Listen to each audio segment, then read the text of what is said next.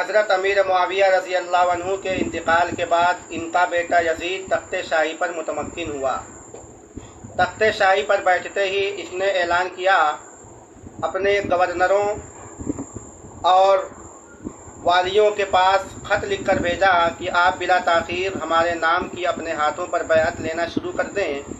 چنانچہ اس وقت مدینہ میں حضرت عبداللہ بن زبیر، حضرت عبداللہ بن عباس، حضرت عبداللہ بن عمر اور حضرت علی رضی اللہ عنہ کے صاحبزادے امام حسین رضی اللہ عنہ موجود تھے۔ امام حسین رضی اللہ عنہ اس اعلان میں شریک تھے جس اعلان میں ولید بن عتبہ نے یہ کہا تھا کہ آپ لوگ میرے ہاتھ پر یزید کے نام کی بیعت کیجئے۔ امام حسین رضی اللہ عنہ نے کہا کہ آپ اتنی عجلت سے کام نہ لیں، مہلت دیجئے۔ چنانچہ ان کو 1 دن کی مہلت دے دی گئی، اور عبداللہ بن زبیر اس اعلان میں شریک نہیں ہوئے تھے۔ ولید بن عتبہ عبداللہ بن زبیر کے تلاش میں دوسرے دن نکلے کہ شام تک ان کی تلاش کرتے رہے، لیکن وہ نہ ملے۔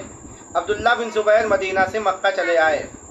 دوسرے دن جب لوگوں نے کہا کہ امام حسین رضی اللہ عنہ نے بیعت نہیں کی ہے، لوگ امام حسین رضی اللہ عنہ کو تلاش کرنے لگے۔ وہ دوسرے دن موقع پا کر وہ بھی مدینہ سے مکہ تشریف لے آئے۔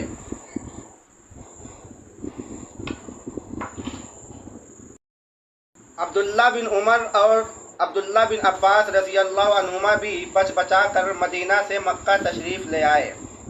میں آپ کے سامنے ایک بات کی وضاحت کر دوں کہ حضرت علی رضی اللہ عنہ کے عہد خلافت میں ایران، کوفہ، بصرہ اور عراق کے باشندے حضرت علی رضی اللہ عنہ کے پاس یہ خطوط لکھا کرتے تھے کہ ہم آپ کے ہمدرد ہیں، آپ کے محبین ہیں۔ چنانچہ یزید کے تخت شاہی پر متمکن ہو جانے کے بعد اہل کوفہ امام حسین رضی اللہ عنہ کے پاس خطوں کے انبار لگا دیے۔ خطوں کی تعداد 150 تک جاتی ہے۔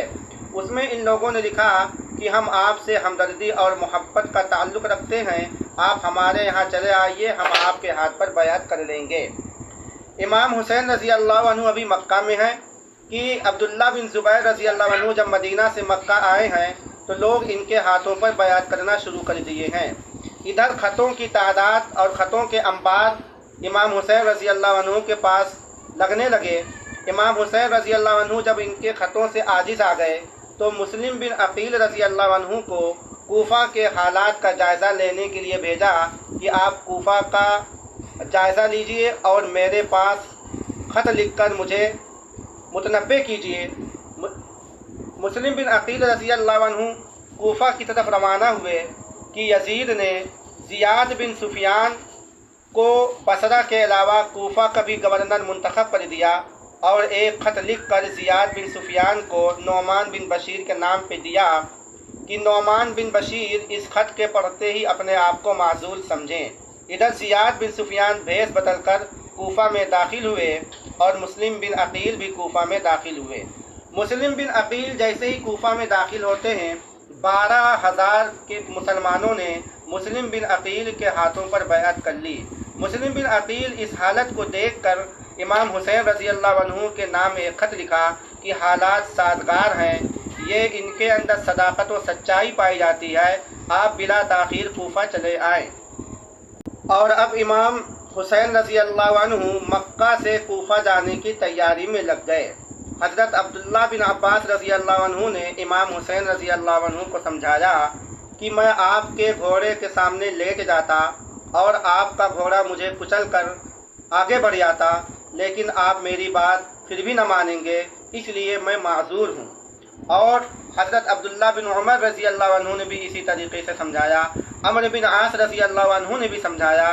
آخر میں حضرت عبداللہ بن زبیر آئے، انہوں نے کہا کہ لوگ مجھے طعنہ دیتے ہیں کہ جب امام حسین رضی اللہ عنہ مکہ سے نکل جائیں گے تو مکہ کی پوری گورنری اور حکومت آپ کے ہاتھ میں آ جائے گی۔ میں اس طعنے اور تشنیع سے بچنا چاہتا ہوں، آپ ہاتھ پھیلائیں، میں آپ کے ہاتھ پر بیعت کرتا ہوں اور مکہ کی حکومت آپ خود سنبھالیں۔ امام حسین رضی اللہ عنہ نے کہا کہ میں کوفہ جانے کے لیے تیار ہو چکا ہوں اور کوفیوں سے وعدہ کر چکا ہوں۔ امام حسین رضی اللہ عنہ جب مکہ سے کوفہ کی طرف روانہ ہونے کے لیے تیار ہوئے